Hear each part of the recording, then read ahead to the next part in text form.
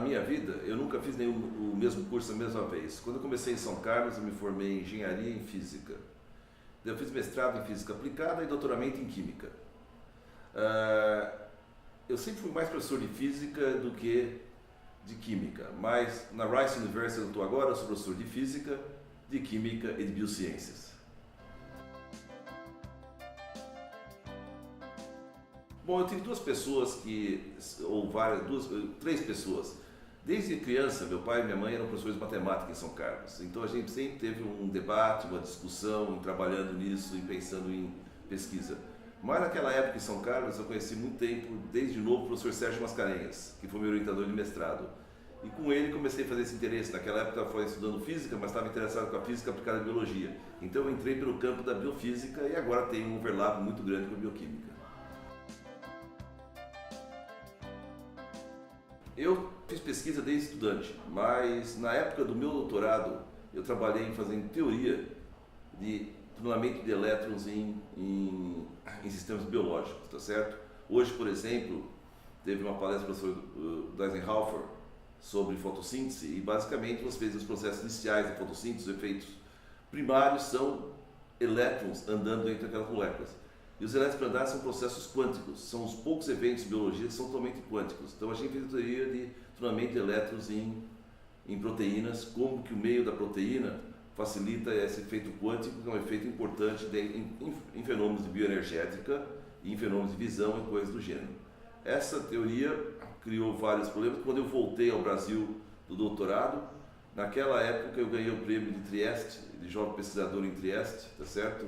O talento do terceiro mundo naquela época, antes de eu ir para os Estados Unidos. Esse foi o primeiro prêmio que eu ganhei, que era o prêmio Werner Heisenberg, do Instituto do International Center Theoretical Physics de Trieste, em biofísica.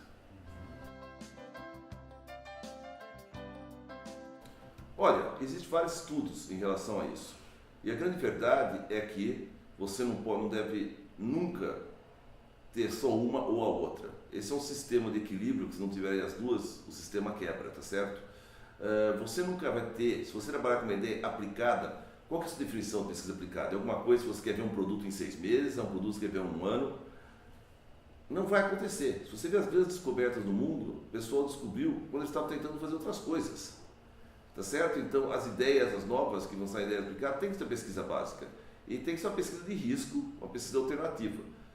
Agora, existe uma pressão no mundo, principalmente por motivos econômicos, que o cara fala, como que eu posso criar um produto, como eu faço isso, com evidência econômica? Mas sem a pesquisa básica, você não tem a base de ferramentas que pode ser feito isso. Você vê historicamente, se pegar um lugar que nem a Bell Labs, que criou todo o trabalho de telefone, você observa que o laboratório básico deles era um laboratório que criou várias ideias, tá certo? Desde o radar ao transistor, tudo isso veio de uma indústria naquela época. Hoje em dia o negócio está mais complicado.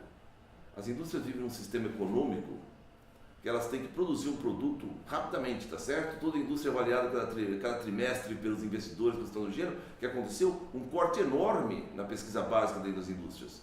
Mesmo nas indústrias americanas, você vê IBM, AT&T, Kodak, Xerox, diminuiu muito. As indústrias, mesmo as indústrias farmacêuticas que têm muita pesquisa básica, estão agora tentando comprar empresas pequenas em vez de produzir o mesmo. Agora, da onde surge isso? Porque ninguém quer investir em pesquisa básica por causa que não tem um retorno imediato. Então o governo tem que investir nisso. A sociedade não vai ser equilibrada. As sociedades equilibradas vão ser aquelas que vão ter a pesquisa básica, que ela vai gerar a indústria aplicada. Você observar Silicon Valley em São Francisco surgiu porque Berkeley e Stanford estavam fazendo pesquisa básica de todo mundo. Por que estão as indústrias de biotecnologia em San Diego, Boston, região de Washington? As universidades criaram. Então, quando o governo cria essa situação, vai ter, e no mundo inteiro todo mundo tem esse debate. Se o governo também começar a pôr só todo o dinheiro dele em pesquisa aplicada, quem vai criar pesquisa básica? Quem vai criar essa cultura? Tá certo? Então, é uma coisa interessante que tem hoje em dia de fazer isso. E se o processo não for balanceado, tem um processo muito perigoso, tá certo? Ao mesmo tempo, eu acho que tinha um problema na universidade brasileira, onde ganhar dinheiro era coisa feia. Se você montasse uma indústria, era uma coisa negativa. Isso não é um negativo. Se você cria um conhecimento, você tem que gerar empregos, você tem que gerar uma nova indústria, tem que gerar tecnologia, e a pessoa que faz isso tem que ganhar dinheiro mesmo. Tá certo? Então era aquela cultura que era feio isso. Então tem que ter um balanço dos dois lados. Ao mesmo tempo você tem que ter um patrocínio pela pesquisa básica, mas o pessoal também tem que patrocinar e dar méritos e prêmios e incentivar aquele que consegue tirar a pesquisa básica e criar tecnologia, criar indústria e criar riqueza para o país. Bom, quando eu já entrei no ensino médio, eu já decidi carreira acadêmica. Como eu falei, meu pai e minha mãe eram professores de matemática. A primeira vez que teve foi quando eu estava na primeira série do ginásio e eu falei para ela, vai ter Olimpíada de Matemática, eu quero fazer. Ela falou, você quer fazer? Ou você mesmo quer fazer ou eu quero fazer? Eu falei, eu treino, mas a escolha é sua. Naquela época foi a primeira vez que eu falei, isso aqui eu faço melhor que os outros. Naquela época eram Olimpíadas por estados, eu ganhei a Olimpíada Paulista de matemática, eu estava em São Carlos. Eu lembro que todo mundo olhou assim, como que alguém que veio do colégio público ganhou uma Olimpíada de Matemática quando tinha todas as escolas treinando. Aí eu já fiquei interesse. Mas quando eu entrei no colégio já tinha muitas pessoas que tinham, por exemplo, a professora Ira, que ensinou física para nós, foi muito divertido o tempo que a gente teve no colégio, mas eu já estava decidido nisso desde novo. A educação científica deve acontecer em todas as idades, tá certo? Desde novo. O problema é como fazê-la, tá certo? Quer dizer, então você observa que a ideia de a iniciação científica ser começada era interessante. A ideia da universidade ter um programa de fomento, de divulgação, de difusão, ela é importante. Tudo isso deve ser participado. No entanto, todo mundo sabe que isso é importante, mas se você não criar o professor que consegue fazer isso, que no fundo é um instrumento, tá certo? A criança vê aquele professor o dia inteiro, você tem um problema. E hoje em dia, eu acho que o maior problema do Brasil é que ninguém tem incentivo de ser professor, porque não é nenhum professor de escola primária e média quer ser milionário, mas o cara quer viver. Tá certo? Você botar uma pessoa querendo trabalhar 10, 15 reais a hora, você está brincando que você vai pegar alguém que tem alguma capacidade, tá certo? Então eu acho que isso é uma que todo mundo tem. Eu acho que o pessoal tem criado mecanismos de difusão interessantíssimos, eu acho que todo mundo tem trabalhado nisso. Mas se a gente não colocar um investimento muito maior na formação do pessoal, incentivar que pessoas de categoria entrem nisso, é um problema. Se você chegar hoje na universidade e perguntar que aluno da universidade tem a opção que ele quer ser um professor de ensino médio ou de ensino primário, ninguém. No entanto, nos Estados Unidos, meu filho do meio, o Diego, se formou em matemática em San Diego, no último ano ele falou que era dar aula no ensino médio. Atualmente dá aula no ensino médio, tá certo? Ele não ganha o que eu ganho na universidade, mas ele ganha um terço, ou metade do que eu ganho. Tá certo? Não ganha 10%, 5%. Então, mesmo na comparação do salário americano, não tem que fazer uma comparação absoluta. Você observa que no Brasil, que o salário do professor universitário chega a ser 10 vezes maior que o professor de ensino médio. Nos Estados Unidos, está falando uma relação 2 a 3. Quer dizer, a pessoa não ganha tanto quanto o outro, mas é uma carreira que você consegue viver com ela e satisfazer-se aquilo que te dá felicidade. Como todo sistema complexo, não existe uma coordenada mágica que consegue qualificar tudo, tá certo? Eu acho que esses fatores numéricos podem ser importantes. O problema que surgiu hoje em dia com esses fatores numéricos é quando os fatores numéricos eles substituem uma avaliação crítica. Então, quando você vai avaliar um professor, você dá um conjunto de números, mas ninguém diz no que essa pessoa trabalha, qual foi a parte que trabalhou. Então, quer dizer, ela não substitui. Elas são fatores convenientes, tá certo?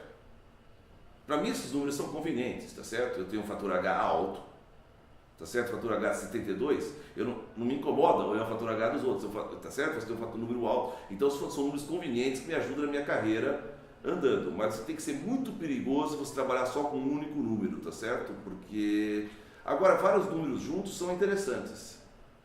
Porque você observa quando você avalia as pessoas, você pegar várias medidas, pega o fator H, pega o número de artigos publicados, pega o número de conferências convidadas, pega o número de alunos formados, você vai ver que 90% das pessoas esses números convergem. Tá certo? E normalmente quem é o cara mais ocupado na ciência também é o melhor professor. Tá certo? Então, existe uma convergência desses parâmetros. Então, no fundo, agora é interessante observar casos em que esses números não convergem. Você pode ter pessoas que são excelentes cientistas, mas maus comunicadores. Você pode ter pessoas que trabalham num problema difícil, levaram anos para publicar um paper que tiveram um efeito máximo. Mas são números pequenos, então são interessantes. Então é interessante entender quando esses números não convergem, qual que é a origem desse problema e como surgiu isso. Bom, se você trabalhar com o ensino médio do Brasil, você observa que a maioria das escolas não tem um laboratório decente. Eu não sei se você foi para um ginásio aqui, ou eu fui para o ginásio, alguma vez você entrou no laboratório? Tá certo? Quer dizer, a gente não trabalhou. A ciência era uma coisa de lápis, caderno, uma coisa altamente abstrata, onde você ia, você fazia uma prova, você não conseguia ter uma realidade, um sentimento que ela tem. Você não tem que ter um laboratório caro, um professor bom pode ajudar, mas em geral tem que ter um investimento mínimo para a pessoa ter aquela atração por aquilo, tá certo? As coisas não podem se reduzir a uma feira de ciência de vez em quando, onde um pai tenta fazer uma coisinha que eles acham que é ciência, mas não é ciência.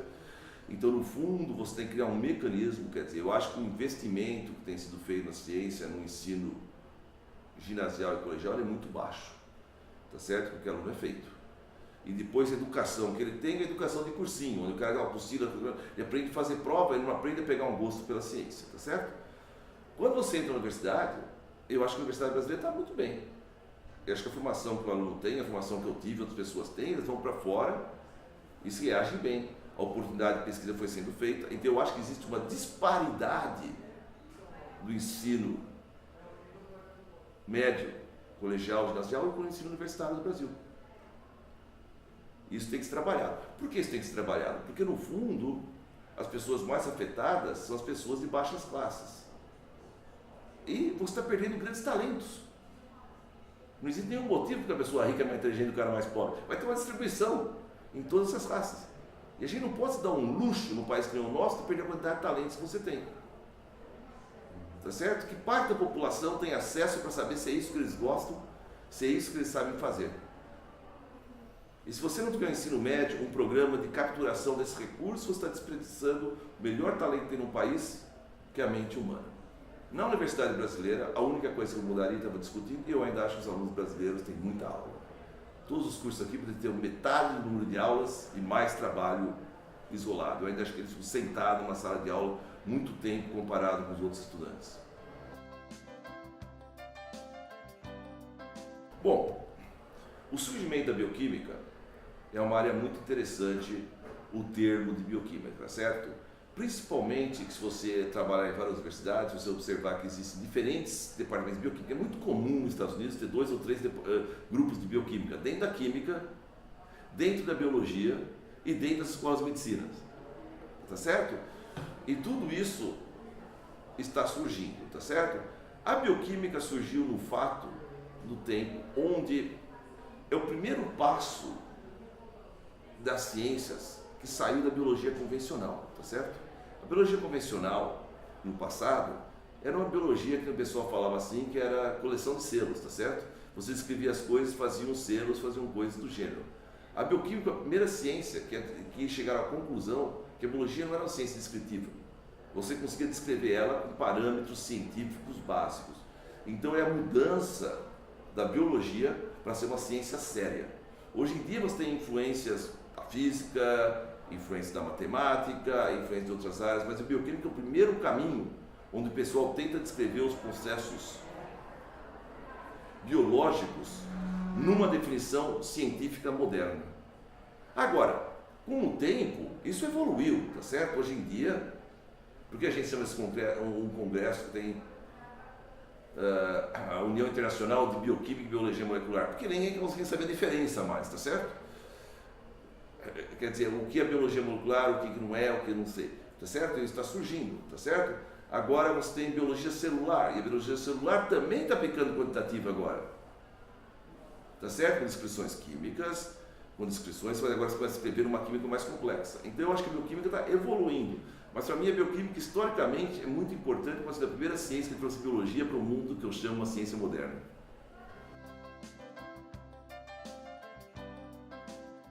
Olha, o encontro tem sido muito bom, as conferências têm sido muito boas e eu acho que o número de estudantes, eu acho que é um fator positivo dos encontros brasileiros, que ainda tentam criar recursos para trazer os estudantes, tá certo? Porque você observa um encontro como esse, que foram trazidos muitas pessoas de expressão, é bom que essa pessoa tenha contato com ele.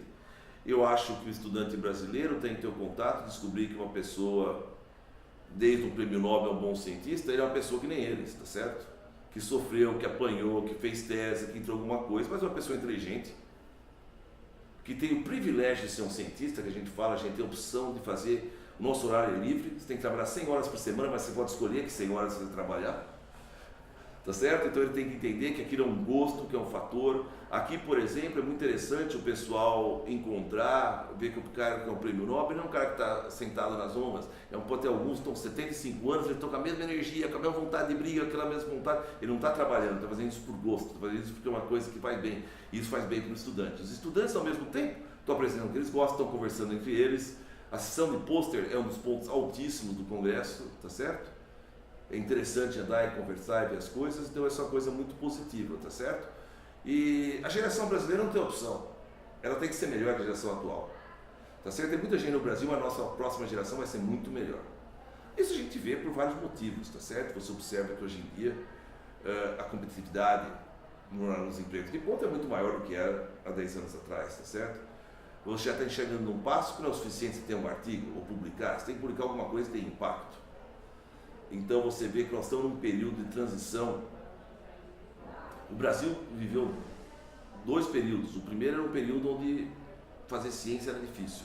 O segundo, o pessoal fazia ciência e publicava artigos. Aí criou toda a numerologia que você vê até hoje, tá certo? Tem uma numerologia enorme. Você falou o fator H, mas tem outros fatores. Por exemplo, eu comentei que o cara chega e fala, não, mas é bom esse problema. Ah, é, número 6. Mas por quê? O cara que dá um número, tudo tem um número, mas não tem uma explicação. Tá certo? Essa numerologia está saindo. Essa geração nova vai ter que levar o próximo passo. Tá certo? Qual é o impacto da ciência em termos de competição internacional? E não a numerologia ser uma capacidade de fazer ciência, mas uma capacidade de fazer ciência de impacto. E essa transição a gente está vendo agora. E eu acho que está vendo já em muitas das crianças novas que estão aqui entendendo esse processo.